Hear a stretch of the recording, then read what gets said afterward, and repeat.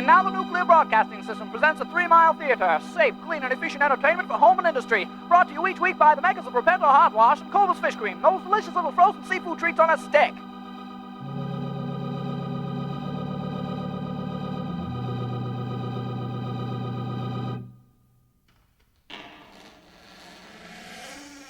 Come in. We've been waiting for you. Tonight we've got a tale that will chill you to your very bones.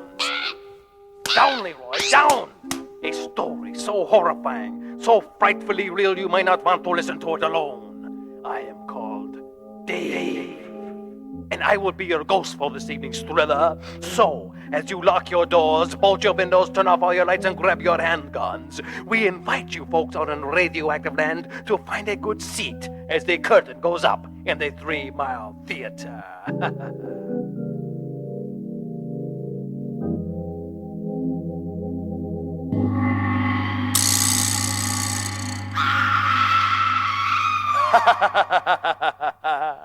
If you're like me, you probably have a few skeletons in your closet. That's one thing I never make any bones about. But mine only stays there because he doesn't have the guts to come out. And that's where our story begins, in the closet. And it's about a man who did come out, only to find himself face to face with the creeping void. Two men sit huddled in a crowded closet, cautiously studying one another in the near darkness. A single match casts an eerie glow on their face in a corner, while the other figure paces nervously among the buckets and brooms, staring into the flame as it burns its way to his thumb. Whoa! Is there anything I can do? Yes, and there's not much time, but now there's two of us. We can fight them together. But I really don't want to get involved. Oh, but you are involved. You've got no choice. It may be too late. What time is it? 12 o'clock. It's too late. My watch is a little fast. Then we still have a chance. So, you want to hear the truth. The whole shameful, disgusting truth. The whole sickening, revolting truth. I can't talk about it. We haven't much time. Oh, you're so right. The terrible secret. Are you sure you're ready for this? Maybe you should sit down. I am sitting down. Then maybe you should stand up. We can't let them catch us sitting down. Out with it. Okay, the terrible secret, the truth behind all the mysterious goings-on is... Shh, someone's coming. They're opening the closet door. Oh, no! We'll be back to the 3-Mile Theater after this word from our sponsor. Dishes. I get so sick of dishes I could just go read. Why can't I ever relax for a while? Oh, Joy, what's wrong? It's your attitude, Carol. It stinks. My attitude? Mm-hmm. I used to have the same problem, heart odor, until I found out about Repento. It's a heart deodorant. Heart deodorant? Mm-hmm. Joy, are you kidding? Mm-mm. Washes away the attitudes that cause a bad heart. See? It's right here on the label. Read it yourself. Repento cleans up your conversation. It really works. Well, Joy, I think I'll try it. Wonderful. Later that week...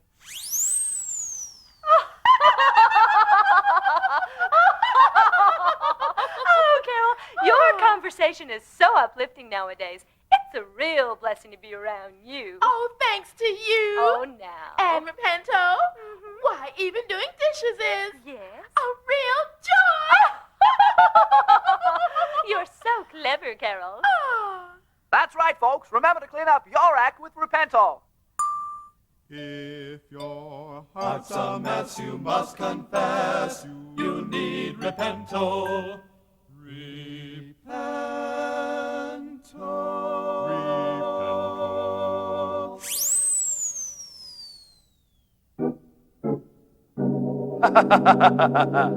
And now back to our closet, where our main character is facing an unknown danger, and where the moths are having a ball. Cramped inside a crowded closet with a half-crazed old coot, not exactly cozy. And just what was his terrible secret? I didn't want to wait around to find out. I wanted to run, but I couldn't. My foot was stuck in a pail, and I was in this thing up to my ankle. A rainy day and a Sunday afternoon drive was where it all started. A drive that led us on a journey into the depths of horror and the heights of the supernatural. I made a turn at the middle of nowhere and headed into the unknown. How much farther do we have to go, Rick? The casserole's getting cold. Well, Anne, you can always make sandwiches out of it for my lunch tomorrow, honey. You mean we're lost? Only until I can figure out where we are. Oh, Rick, tonight's the all-church potluck. We'll be missing out on food, fellowship, and fun. Well, how do you think I feel? I was dying to see Phil Frank's film footage from the foreign field. Oh, no. What's wrong with the car? The engine. It's cut out mysteriously, and now it won't start. What are we going to do? I don't know. Look up ahead. It looks like a house. Maybe they have a phone we can use. Rick, for some reason I feel uneasy about that place. An eerie sense of impending doom? Sort of. The place turned out to be an old abandoned church. During brief flashes of lightning, I could see it clearly, all boarded up and surrounded by a few twisted barren trees. Ominously, my digital beeped, 8 o'clock. The door's open. Hello? Anybody home? Nobody's been in this place for a long time. Oh, Rick, there's no telephone here. Let's go back to the car. Maybe somebody will drive by and see us. Let's at least wait until it stops raining. I wonder what kind of church this was. A terrible church. An evil dead church. Anne, whatever would make you say such a thing? I don't know. It just seemed like the thing to say. Rick, there's something strange about this place. Oh, don't be so uptight, Anne. Relax. This place isn't so bad. It kind of reminds me of our church. Look here. It's an old moss-covered tuna casserole. All that remains of a long-forgotten potluck. This thing's probably been here for years. Rick, What is it? this casserole, it's still warm. Good evening. Who are you? There are those who call me Morphelia. Is that your name? No, we don't get visitors here very often. You'll have to fill out one of these visitor cards. Well, my name's Rick Wallaby, and this is my wife, Anne. Did you pick up one of our buses, or did you come with a friend? Well, actually, our car stalled out a little ways down the road. Do you have a phone we could use to call for help? I'm afraid not. The storm has knocked out all the telephone lines and the electricity. We were on our way to church when we got lost. How unfortunate. Walk this way. We thought this place was deserted. Deserted? Oh, my, no. You folks are just in time for evening service. You mean you actually hold services here? 2 on Sunday, 1 midweek, and once a month we have a rally for the young people. Well, how far to the next town? Too far. You can just sit here in that row. Let me move these casseroles. Just drop this card in the offering plate. I'll let Brother Somonex know you're here. What an odd woman. Such cold hands. She frightens me. This place frightens me. Why can't we just... We might as well make the best of things, Anne. Like it or not, we'll have to stay the night. Shh. This must be Brother Somonex. With every head bowed and every mind closed, and while our organist is playing softly, I ask you, friends, do you find that the frustrations of daily living get you so uptight you can't see straight? I see those hands. Then tonight's word is for you, and that word is relax. Take a deep breath and slowly let it out. His voice had a mysteriously soothing quality to it, and I began to feel my body relaxing, my apprehensions fading, my mind quietly excusing itself and slipping out the back. I became less and less aware of what was happening around me, knowing only the voice. As it enveloped me in calm and tranquility, I could have stayed there forever, except my head bounced off the pew in front of me and came to rest near my wife's shoes. Inhale, exhale. Anne, you were right. There's something strange about this place. Oh, Rick, you're always so uptight. Just relax and enjoy the service. I don't know what's going on here, but I don't think I like it. Inhale, exhale.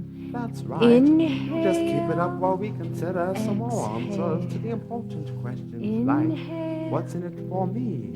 I see that hand. Take my hand and come on, Anne. I think this is the way out.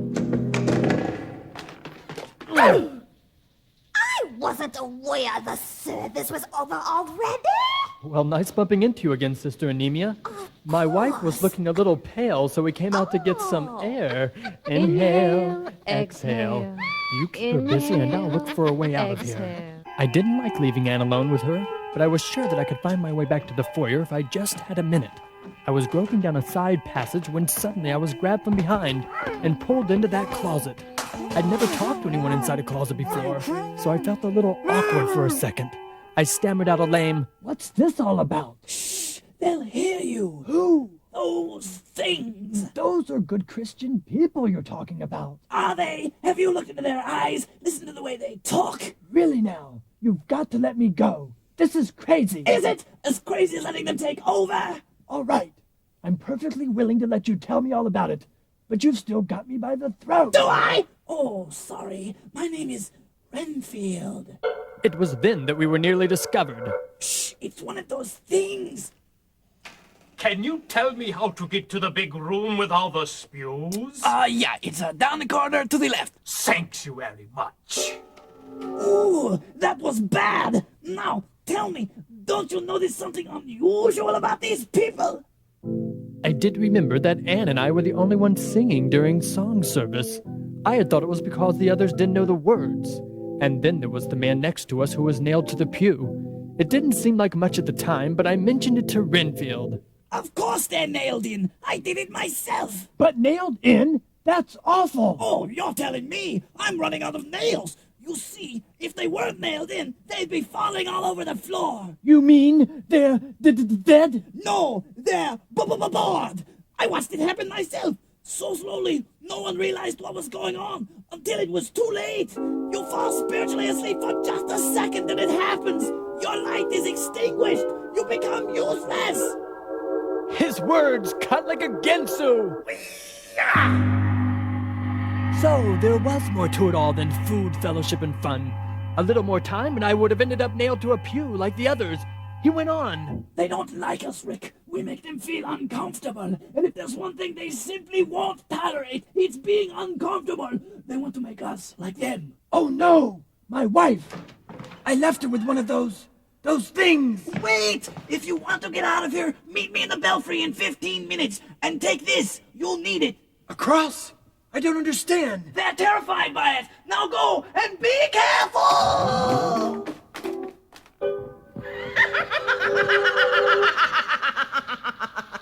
Yes, and I want to stress and stress again the importance of the word. And that word, of course, is relax. Just relax. Of course. Why didn't I see it before? Relax. Here comes your husband. Remember the word. Yes. I was so worried about you, Rick. No need to worry. No need to worry about me anymore, Anne. I've come over to your side. Oh, Rick. So you've Rick, finally seen the light, have you, Rick? Light. Everything Jesus said and less. This is a blessing, isn't it, I'm Anne? so blessed I could die. Well, I'm blessed that you're blessed. Let me be the first to offer you the right hand of fellowship. There's a potluck tonight in the fellowship hall. We'll be there. We won't forget, Sister Amnesia. Come, Anne. That'll be a blessing!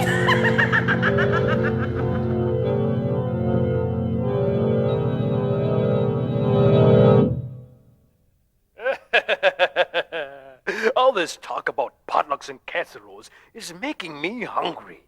I think I'll try cooking up one of my own. Just call me Count Spatula. How about you, Mr. Announcer? Got any suggestions for a midnight snack? Just one, Dave. I suggest we send out for some Cobra's fish cream, those delicious little frozen seafood treats on a stick. That's right, kids. Try cooling off this summer with Cobra's Trout Stick or Salmon Sherbet Shrimp Sundae or Creamy Oysters Jubilee. Made fresh every day. And remember not to forget this month's flavor of the week, Mississippi Fudge. 3 big scoops of steamed catfish, batter dipped in real chocolate, topped with blueberry cheese bait. And keep saving those baggies for wonderful free prizes. That's Cobus Fish Cream for the frozen seafood lover in you. Ooh, just thinking about Cobra's fish cream gives me a cold creep down my spine.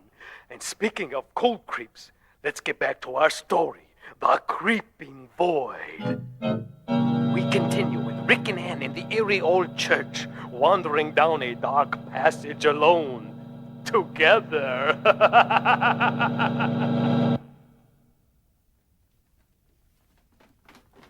Come on, Ann. Let's get out of here. This isn't the way to the fellowship hall, Rick. Chatting with folks so dead they have to be nailed in's not my idea of fellowship. Oh no. We must have come the wrong way. Who are those people coming toward us? The service must be over. Quick, this way. We're safer now. I wonder where we are. Look, on those tables, casseroles, millions of them. This must be the fellowship hall. Wait, there's someone standing over there. Renfield! Come on, honey. We might have a chance yet. But Rick, can't we stop and eat? I'm so hungry. Renfield, am I glad to see you? Look, I've brought my wife. Now let's get out of here and warn the Christians. We can't let the devil defeat the church like this. We can stop him if we act fast. Stop banging on that organ and listen to me! Renfield! I think you've become a little too devil-conscious, Rick. Oh, no! You're a little bit uptight. You need to relax. Renfield! They got you too! You were passive! We've been waiting for you, Rick. Come on, Ann! This way! Leaving so soon, Rick?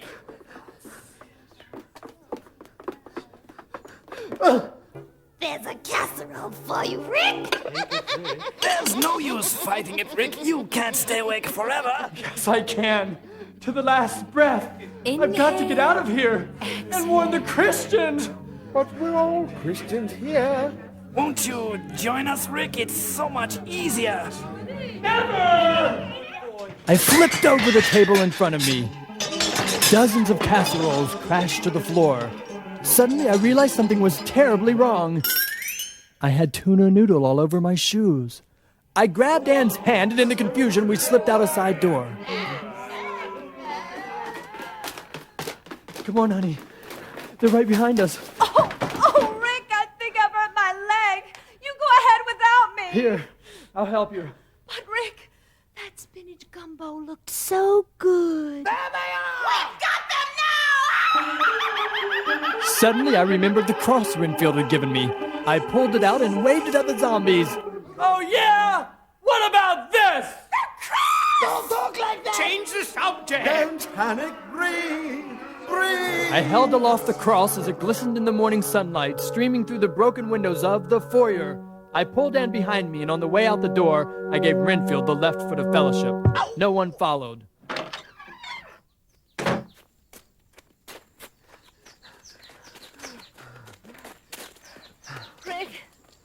Rick, you mustn't do this. They're not coming after us. Good. Let's rest here a minute. Ann, look at me. What? We've got to snap out of this. Listen to me. What? There's millions of people out there with needs. Needs? They need to hear the gospel. Gospel? They need to be loved.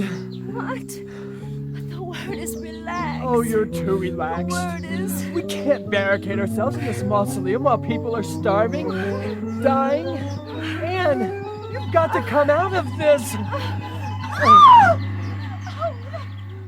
I'm sorry. I'm so frightened. What a horrible nightmare. Rick, I didn't even care anymore. It can happen to anybody.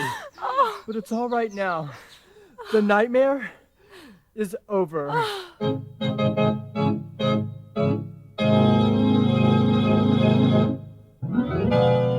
The nightmare was over for us. But what about others? Through the trees, I could see buses being loaded with casseroles. No doubt they were to be shipped to potlucks throughout the country. The word is apathy. Are you cutting back on your prayer time? Finding excuses not to witness? Is it happening in your church? Is it happening to you?